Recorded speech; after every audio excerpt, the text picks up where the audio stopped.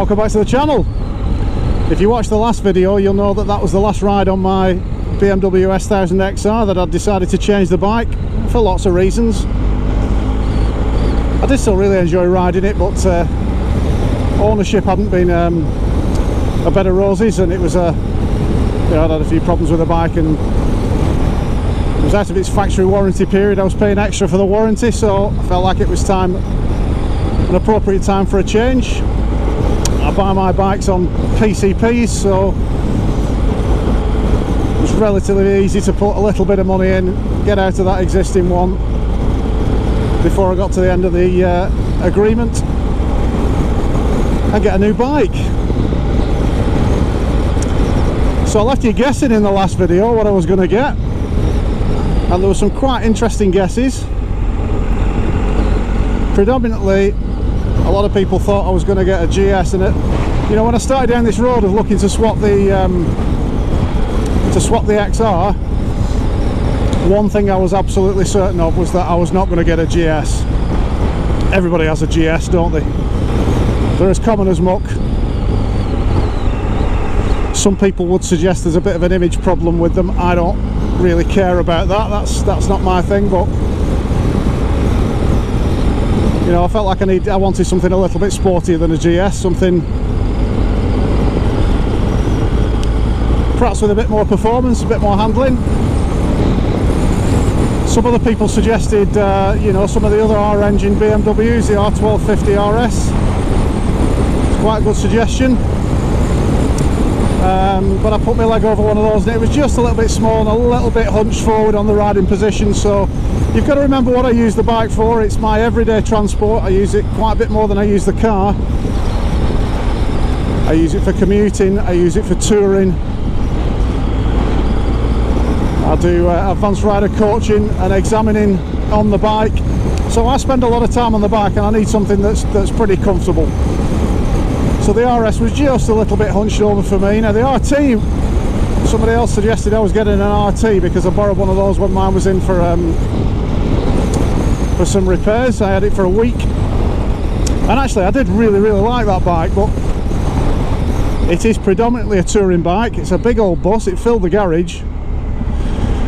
It was very comfortable, and if I really just wanted a bike for touring on and doing big miles on day after day, then that'd be probably the bike I went for. But no, I didn't get an RT.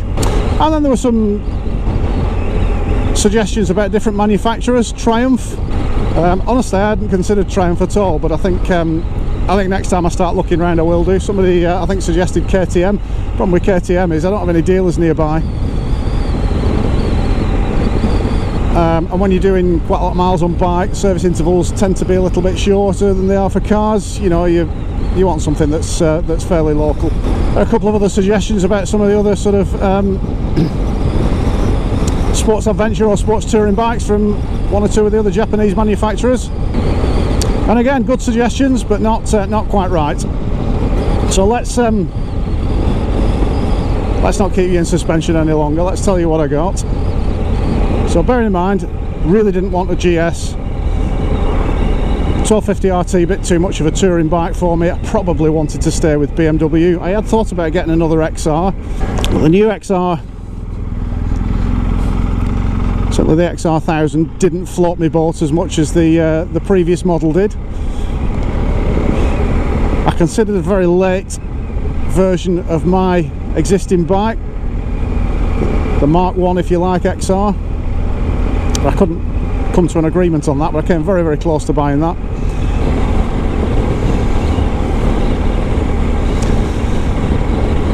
So what was my choice then? Well, of course I got a GS. Of course I did. It took me a little while to come to this conclusion.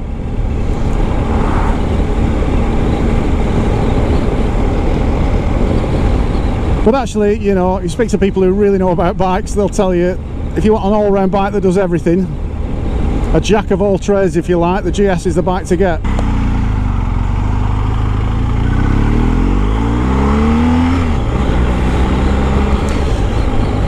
So why such a huge change of mind? Well, there's a few things came together. that convinced me that this was the bike to get. First was, if you read articles by people who really know what they're talking about, or watch some of the YouTube videos from people who are really experienced in the motorcycling world, they will tell you if you want a jack of all trades, a bike that does everything really well, then the GS is the bike to get. The image thing never bothers me, couldn't care less about that. Those days are long behind me where I'm bothered about the image of a bike, so that doesn't bother me. There's loads of them out here, but there's loads of them out here because lots of people buy them. And lots of people buy them because they're a great bike. But I did not set off down this road of changing my bike looking to get a GS. I think what finally convinced me was that I borrowed one for a day from Bowker's in Preston. They were very generous to lend me their demonstrator for the day. I borrowed a 1250 GS TE exclusive, their demonstrator, and instead of just going for a 20-minute, half-hour ride, I had it for a good few hours, and I used it in all the different sort of scenarios that I would be using the bike in: motorway, bit of filtering, bit of open road. I potted about on it, I gave it a good thrashing, and I couldn't really find anything that I didn't like about the bike. I really like the engine. You know, I mean, I love that sports bike engine in the XR. That had a really sort of aggressive, revvy nature about it, but it always felt like it wanted to go. Whereas this has a very different character. It's a flat twin, obviously, and it's quite happy to just chug about, potter about at low speed. But this new 1250 engine, and I have ridden the old 1200 GS, and I wouldn't describe it as feeling asthmatic, but it just felt a little bit chuggy and a little bit agricultural. This new engine is very, very different. And yeah, I've ridden a bike with this engine in the RT, but I hadn't ridden the GS with it in before. And because it's got this shift cam technology, which is a sort of variable valve timing and lift system, once the revs get up, this bike revs. The other ones used to just run out of puff a little bit, the 1200.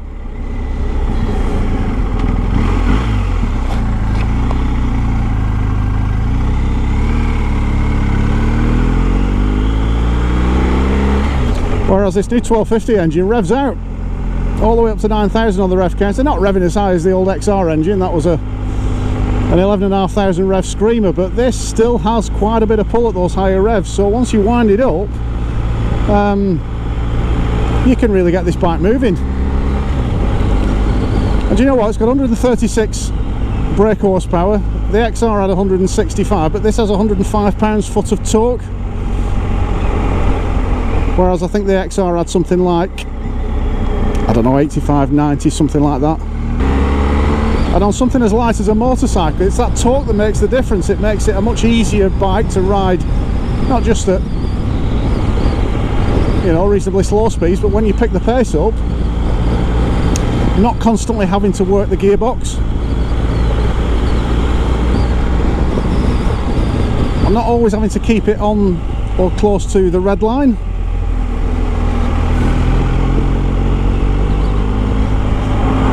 You know, you can pick a gear and you can leave it in a gear. You don't have to faff about as much with the gears. Here in the XR I'll be down to second, just leave it in third, trundle round, and the bike picks up nicely. So I'll have a quick park up, I'll let you have a look at the back. I'm not going to do a full review today. I'm only out for a short ride. I've hardly ridden the bike since I picked it up. But I'll just find somewhere to park up, let you have a quick look at it, and then probably sometime in the new year I'll do a much more comprehensive review of this bike. And this is actually the bike that I test rode. It only had 700 miles on it. It was Bowker's demonstrator. They did me a good deal on the bike. So I actually just bought the one that I've been out for a test ride on. So let's park it up, let you have a look around it. So there it is. It's a 2020 BMW R1250 GS. It's the TE spec, which I'll briefly talk you through, and it's in an exclusive trim. Don't really know what that is, but it's exclusive anyway.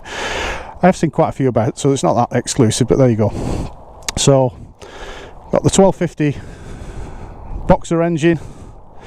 The TE spec brings upgrades to the rider modes, cornering ABS.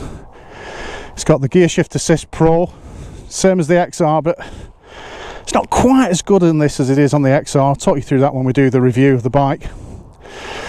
But I tend to find myself using the clutch a little bit more than I would on the XR.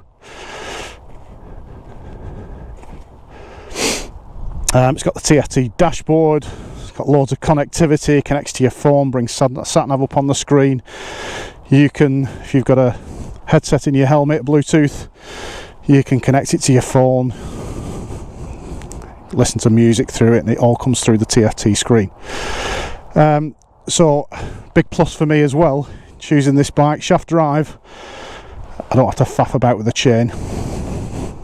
It's much lower maintenance than a chain is. That XR, I put 2 chains on it in the time I owned it, less than 30,000 miles. Shaft drive takes all that concern away. Put a couple of little extras on it, put the engine bars on it, because you don't plan to drop a bike, do you? But the engine sticks out quite a way from the side of the bike, so I'd much rather put a scratch on the engine bars than damage the engine itself. And I've got a different top box as well, just something that suits the bike. So there it is. It's quite a heavy bike, but it doesn't feel heavy once you're on the move. I'm really enjoying riding it. It's a different riding style than the XR. You don't have to work it as hard. But I think this is going to serve me well, I think, for at least the next 3 or 4 years. And I'll keep you updated on how I get on with it.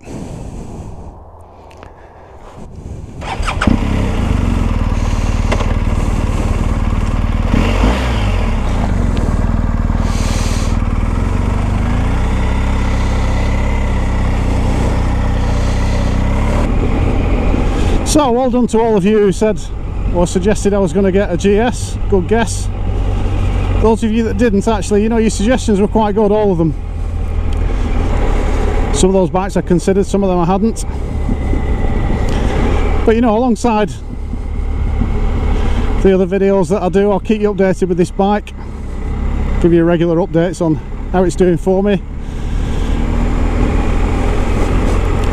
Some of you might wonder why I've stuck with BMW after all the problems I had with the XR. Well, I really am firmly convinced that that XR was just a Friday afternoon bike.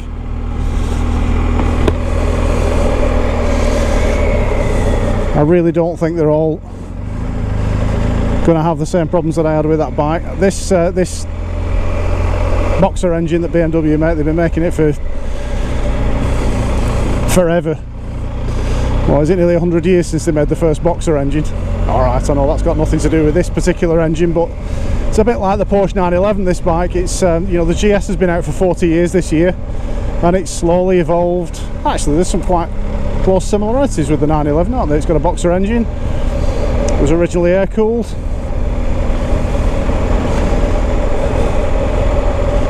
Went to water-cooled, certainly water-cooled cylinder heads.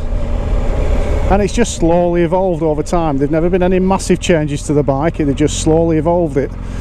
And like the 911, what you end up with is a really, really good bike. You put all that evolution together. So some of you won't like it, some of you will be dead set against GS's. I was.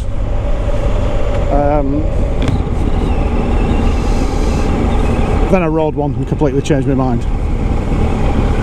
So there you go, just a quick video, show you the new bike. Thanks for watching. Don't forget to subscribe to the channel. Give us a thumbs up. Go and have a look at the website as well, ragelocal.com. There's loads more information there about advanced and performance driving and riding. Got some more videos coming over Christmas. Got a series about skid control in the car, you'll enjoy them. And if you go to the website, there's information there about the books that I've written. The latest version of my first book has just come out, that's on Amazon. And there's also information about how you can get a day's driver or rider coaching with me. If you fancy a day out, ride out or a drive out, some advanced coaching, drop me a line, drop me an email, and we'll sort something out. But for now, thanks very much for watching. Hope you've enjoyed the video, and we'll see you next time.